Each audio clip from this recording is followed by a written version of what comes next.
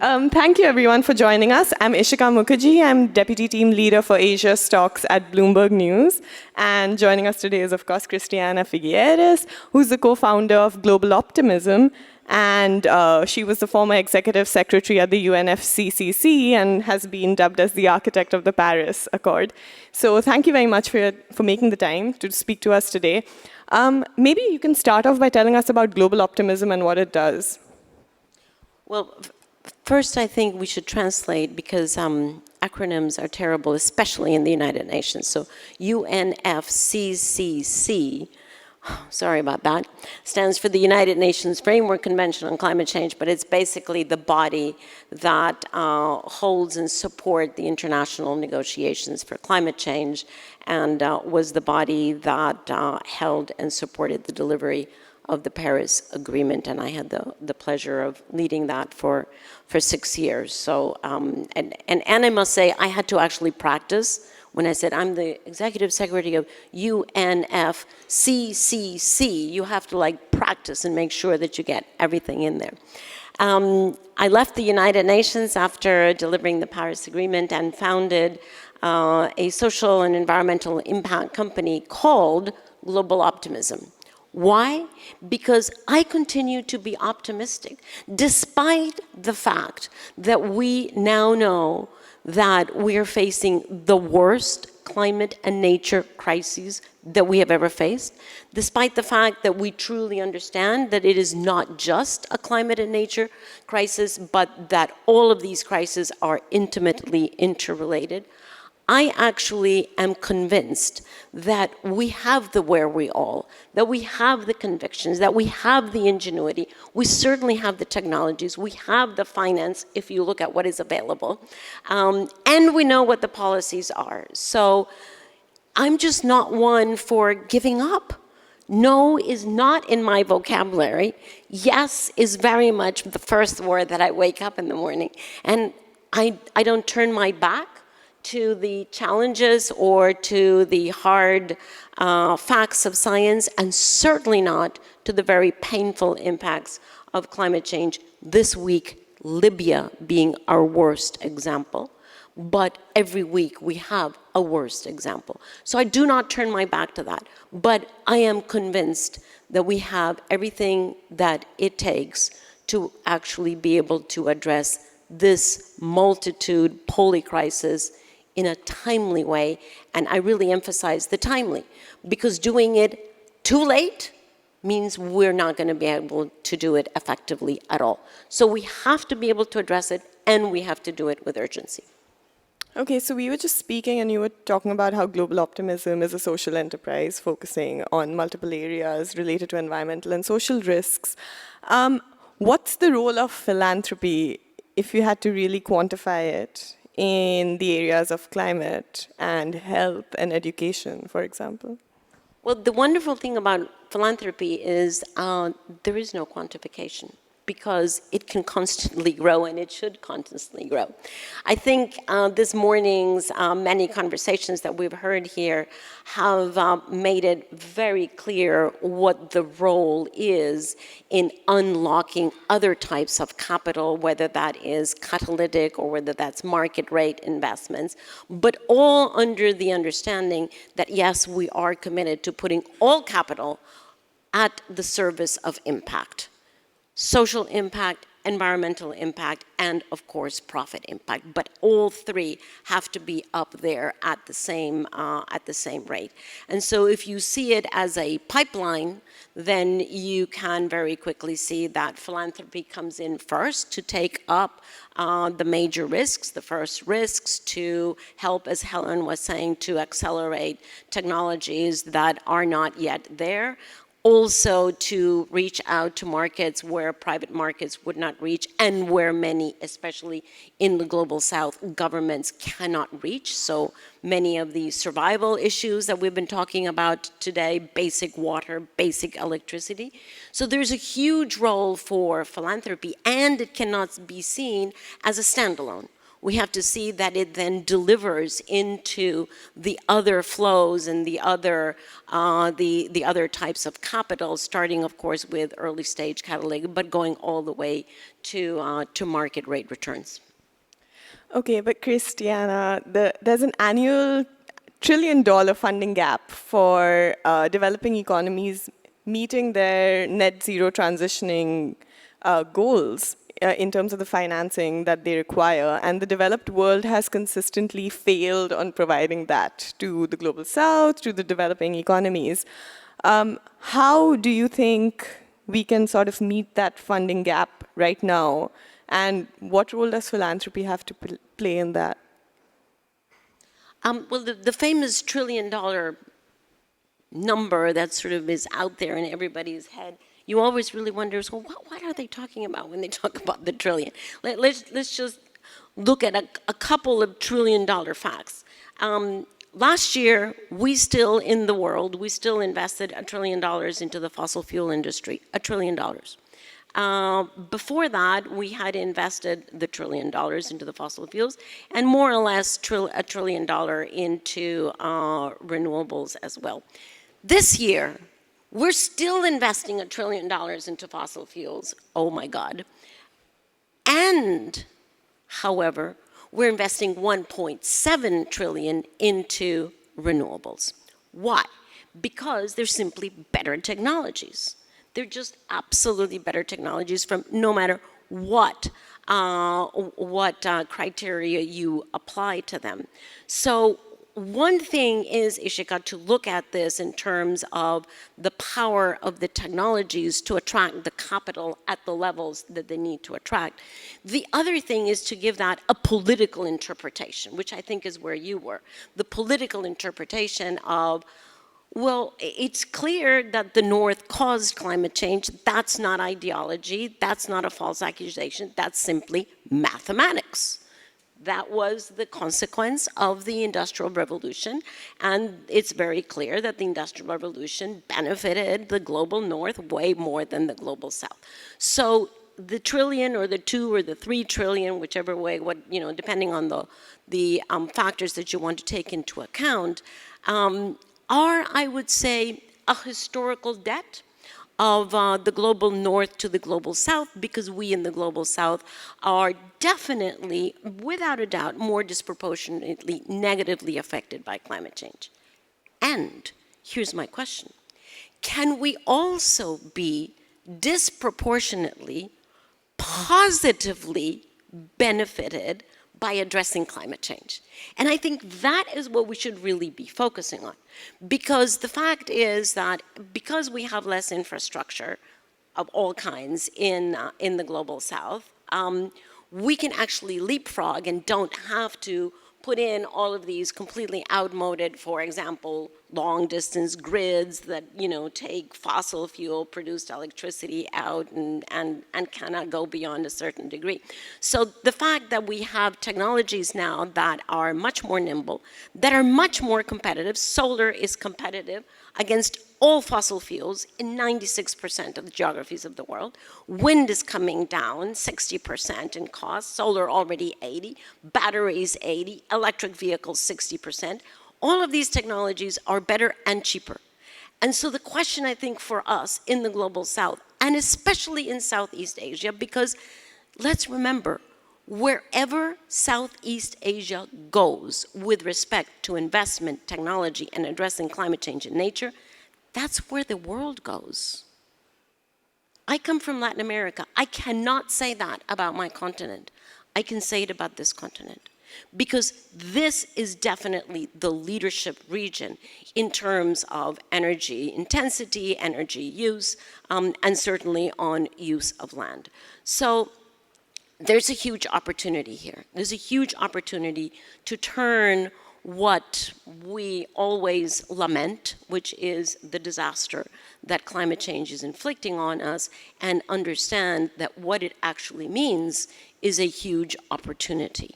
It's an opportunity for philanthropy, for catalytic financing, for market rate, whichever way, and I hope that all of you are integrating that and not looking at Chinese walls or cement walls in between those categories, but rather understanding that each one feeds into the next category.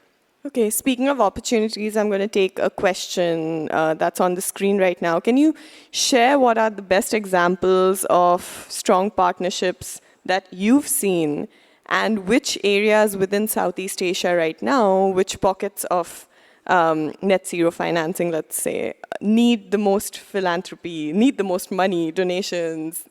What technologies need the money right now here? Well, I'm surprised that the question is even coming up, because I think that question has been answered throughout the whole morning. I think we have had an incredible display of collaborations, partnerships, very interesting pooling exercises, and we've been now benefited by going through the three basic areas that we have: climate, health, education, seeing that there are interlinkages among them.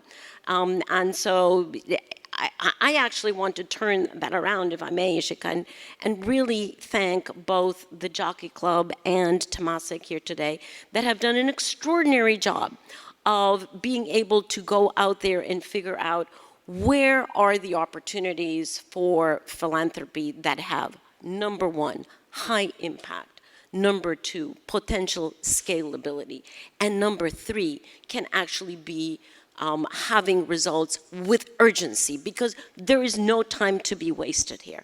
And so I think that, that there is an extraordinary amount of work that has been done, preparatory work, in order to be able to answer that question and actually allow you to step in quickly and effectively and with confidence, because it's always very difficult to step into a new field, a new area, a new asset class that you do not understand. But here you're being backed up by a lot of prep work.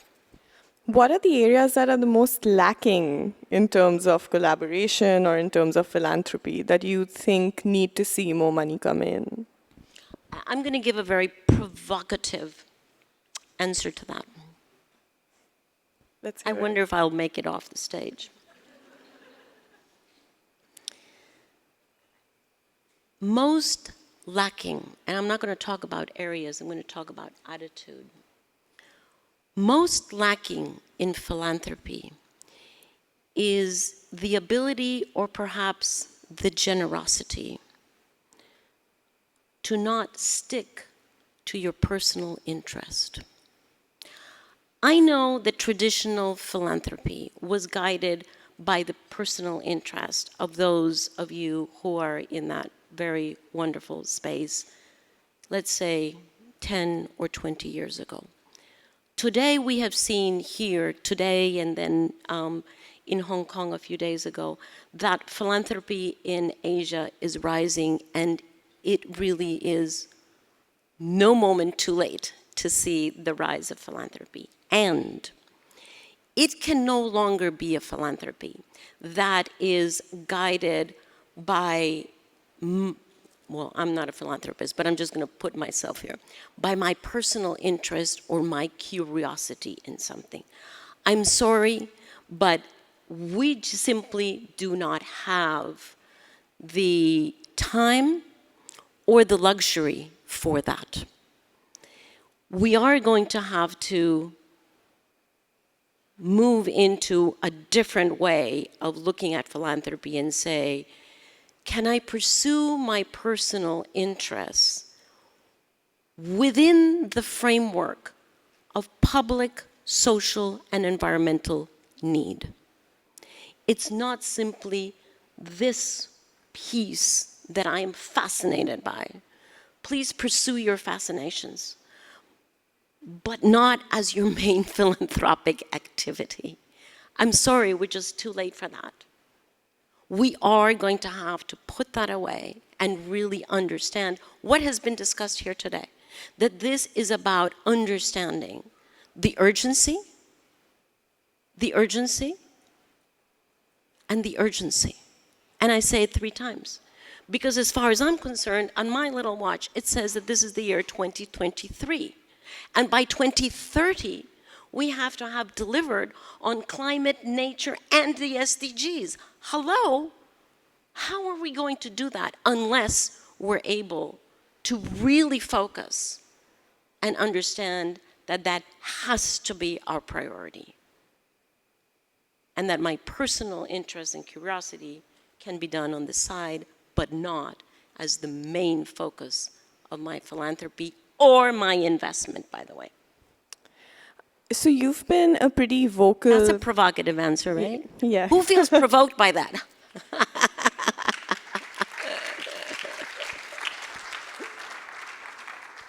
So you've been a pretty vocal critic of fossil fuels, of the industry. Really? Yeah, I was just reading this article yesterday. Yeah, so the reality in Asia is that a lot of the money that goes into philanthropy has been made from these industries. So what can and should we be expecting from them, and what are the right and fair standards here? I don't think Asia is unique. I think there are a couple of people in here who represent brilliant philanthropies in the United States whose wealth also came from the fossil fuels. It is not surprising because that's the economy that we had in the last century. It is not surprising that those technologies and those fuels commanded the attention of investment and of capital flows. How would that be surprising? So I honestly don't think that this is about going into history, noodling back into history and going like, well, where did your money come from? And da-da-da-da.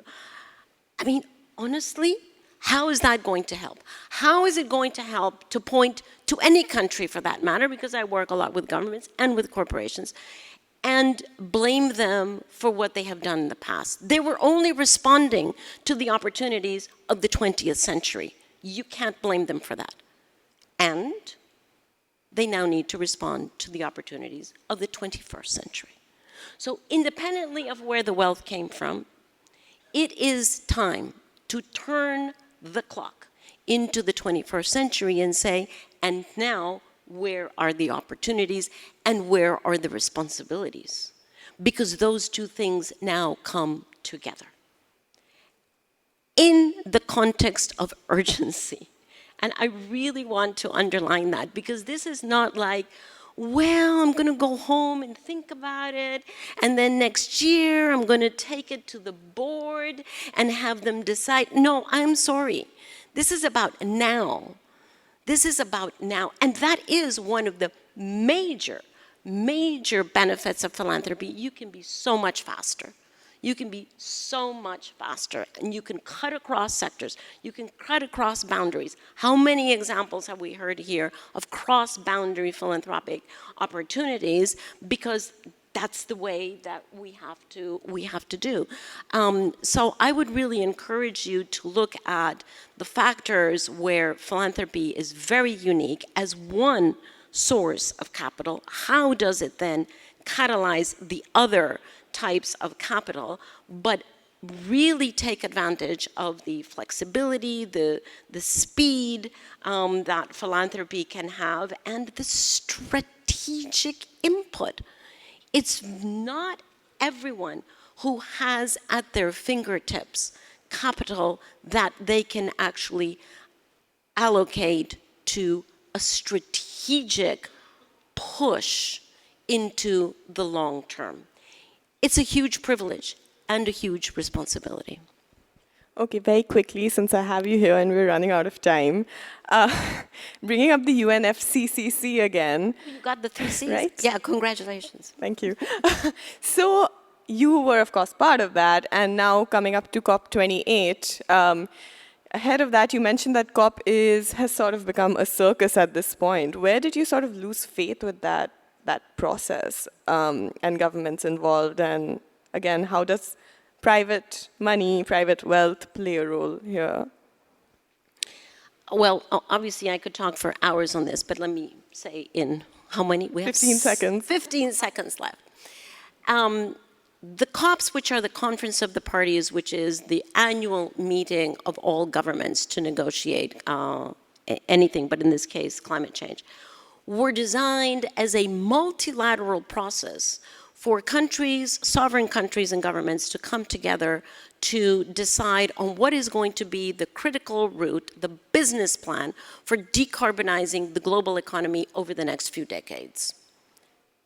That has been decided. That is called the Paris Agreement. There are, of course, several sub-issues under that that have not been decided. But substantially, we know that we have to decarbonize the economy by 50% over the next 7 years, and then cut by half every decade after that until we get to net zero. We know that. That's been not only negotiated, that has been accepted, and that is scientifically based. So one has to wonder, so what is the purpose of the COP now? If the COP was actually designed to do that, to put out the guidelines, and that has been done now. My sense is that the important part of this gathering is, and I don't know how many governments are in the room, but I don't think that the important part of the COP is any more on the side of the governments, because most of that work has been done. The baton has passed to the private sector, to civil society, to the financial sector, to the technology providing sector. That is where the baton has passed. Obviously, still in collaboration with governments who need to put the policy. But my friends, policies on climate change or human development or everything else are not negotiated multilaterally. They are implemented domestically. So to all the governments who are going to the COP, my question is, have you done your homework at home? Have you put the incentives in place, the measures in place to do what you have committed to do with respect to climate, land, and human development? You don't have to negotiate that with anybody else. Do your homework at home and then pass the baton to the private sector, to finance, to technology, because they're the ones that can actually implement. Governments do not have the capacity to implement directly. That's not what they're there for. But the other sectors do. So that is why I call it a circus, because it is still given a role that it has actually outgrown from. And any meeting that commands, I don't know, 65,000, some people have told me 80,000, that, I think a circus is actually an understatement. An understatement. We can go on talking for hours, but unfortunately, this is the time we have. We haven't even touched upon tracking, which is, I think, a very important part of philanthropy as well, tracking the progress, tracking the impact that you're having. But yep, thanks a lot for speaking to us, Christiana, speaking to me. Thank you, everyone. But I was going to say thank you for coming. No, I'm not going to thank you for coming. I'm going to thank you for doing, because that is what we came for, okay? In advance, I'm thanking you for doing. Thank you. Thank you, everyone.